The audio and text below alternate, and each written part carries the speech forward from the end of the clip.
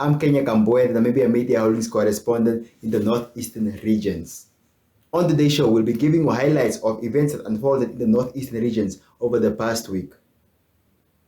Meanwhile, in history, today is National Workaholics Day, so check out the next video.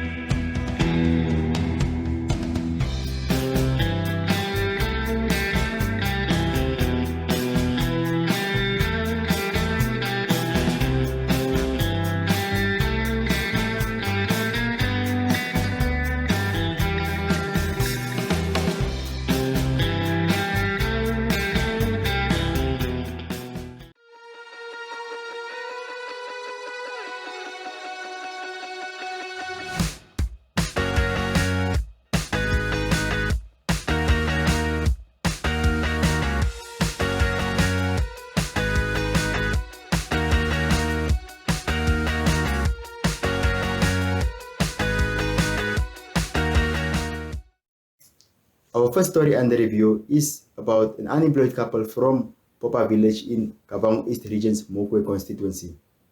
The family are calling upon Good Samaritans to assist them with basic necessities as well as financial support in order to take care of their triplets whom they gave birth to in January this year.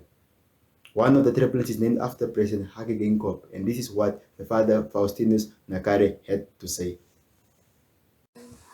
Mr. Nakare, can you just briefly tell us about your situation? Yeah, first of all, I thank you for coming. My name is Nakare Faustinus Nakare, the father of the triplet. I can even mention the name of my triplet. The first one is Nakare Gottfried Geingob. We named after our current president. The second one is Nakare Arend Mndanya.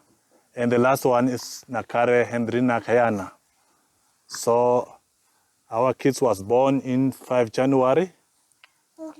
Now they are making like almost now 6 months. We are reaching in 6 months now.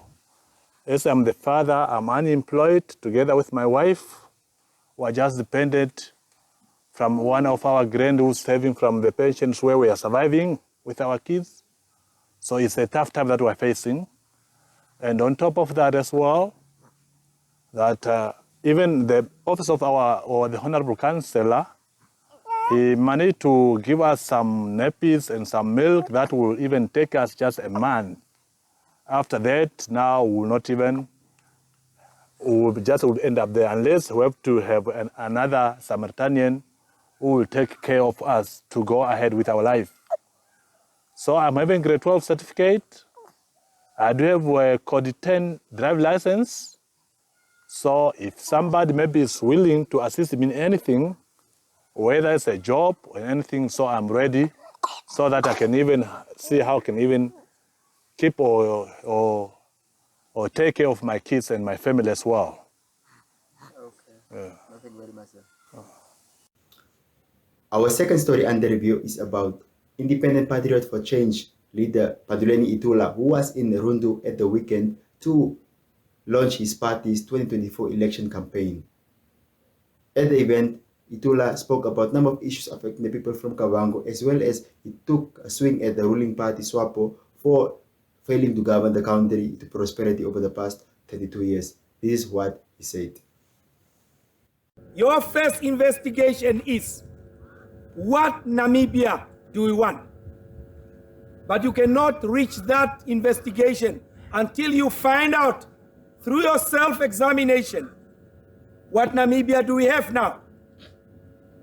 We have a Namibia of poverty, a Namibia of unemployment, a Namibia of squalid conditions as those that we have seen today in Dama, a Namibia where there is lack of schools, and we've seen tents serving as accommodation for our students, the future generation.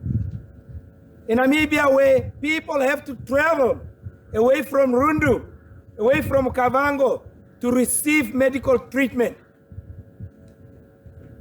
That is the Namibia that has been created for 30 years. Our question to the ruling party, to the current president of this country, His Excellency Dr. Hake Gottfried Geingob, is a simple one. What legacy do you want to leave the Namibian people, as Your Excellency is truly the last president of the SWAPO party to sit in State House? What legacy does the SWAPO party want to leave these people, other than the legacy of building a huge building for nearly $1 billion when its own people are living in squalid conditions? What pride is there in a leader who leads people who are suffering, who live in abject poverty, who have got no means of even obtaining their own medication, who have got a pension that is not able to look after the siblings or even the grandchildren, as we've seen today in Dama, where an advanced of age lady was sitting this morning trying to boil water with a little of firewood that she had, surrounded by her grandchildren. And you ask yourself the same questions we are asking. Where is the next meal coming from? And the answer was simple. It's the same question every day. We don't know. Our third story under review, which is quite a sad one, is that of 17-year-old Felix Disho Tikundeko, whose lifeless body was discovered mutilated in a swamp near the Kavango River at Rodiva village in Mokwe constituency. Tikundeko has been missing since Sunday, 26 June, and his body was only discovered on the 1st of July around 7 o'clock in the morning by his uncle and some community members who were searching for him as he was reported missing. According to the preliminary police report, Tikundeko was hit with an unknown object and thrown into the river, which resulted to some of his body parts being believed to be taken by the crocodile, or while others believe that there's some kind of rituals at play here whereby there was some kind of body harvesting. Police investigations continue in the matter. So far, 2 suspects or friends of the deceased were arrested, as they were the last people seen with the deceased.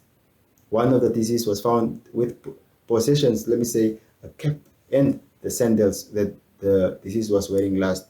The 2 appeared in court in the Mokwe Puredi court, and they were denied bail on the grounds that they might interfere with police investigations. It won't be in the public interest for them to be released on bail, as well as it's for their own safety to remain in police custody. The matter was remanded to 5 October for further police investigation. The Agenda is a weekly national affairs interview program hosted every Sunday by Namibian Sun editor Toyvon Jabela, featuring a panel of high-profile newsmakers, analysts, and experts. If you would like to feature your brand or campaign on this platform, contact agenda@synergy.com.na. The Agenda, focused on today's conversation.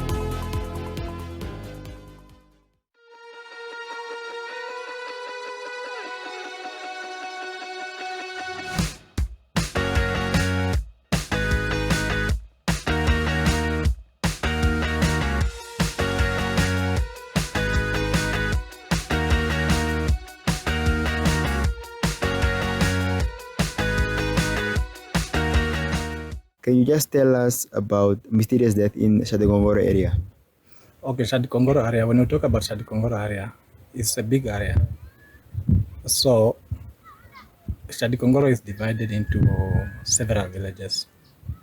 Let's talk about, it starts from Ipanana, then you come to Shadipwera, then, okay, it starts from the Panana, then there are several villages. You find Diana, you find Kapako, then there is Shajuno here, then there is Ridiva. So these all villages, they fall under Shadikongoro. So over the past years, we are talking about since 2010, there have been several mysterious deaths that were recorded. We are talking about the recent one now is the 19th mysterious death that was recorded in this area, Shadikongoro area. Over the past years, either the body is recovered or the body is not recovered. There have not been a single arrest made by the Namibian police. So for the recent discovery that the police made, at least today we managed to see that there were two suspects that were arrested. So with the recent development, the community members are applauding the police officers for at least a job well done, because the last 18 instances that they recorded, there have not been a single arrest because they could not link anybody to the murders that have taken place in these areas. So what happened today, the community members are very much happy that at least the police are taking the community's concerns very seriously, and they hope that at least justice will be served at the end of the day. Okay, when you talk about mysterious death, what do you regard as mysterious death? Okay, what normally happens, a person will go out with friends, then come morning, one person will be regarded as missing. Then over the course of the days, the family members will be looking for that person. That information will be relayed in a public domain to say, okay, this person is missing. They will report it to the police. During the course of the week, the police will try to do their investigations just to find the body floating in the river. And that has been happening since 2012 up to date. A person is reported missing, the next day the body is found floating in the river. So these incidences, the community members were trying to figure out what is happening at our village, because people are disappearing, some without a trace, some their bodies are found floating in the river.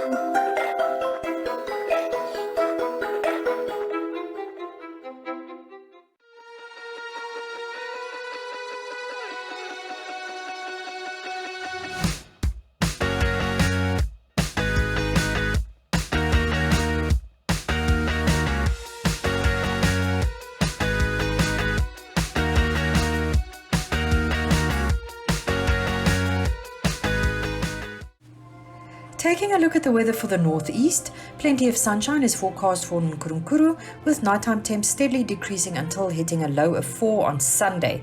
Rundu is sunny and warm with patchy clouds forecast for tomorrow. Kongola is mostly cloudy and mild today and tomorrow. It will clear by Thursday. And finally, Katima is mostly sunny and pleasant with nighttime temps expected to hit a low of 2 degrees over the weekend. That was it from me today. Thank you very much for watching, and stay tuned for another episode of Regional Review, same time tomorrow. Goodbye and have a productive day.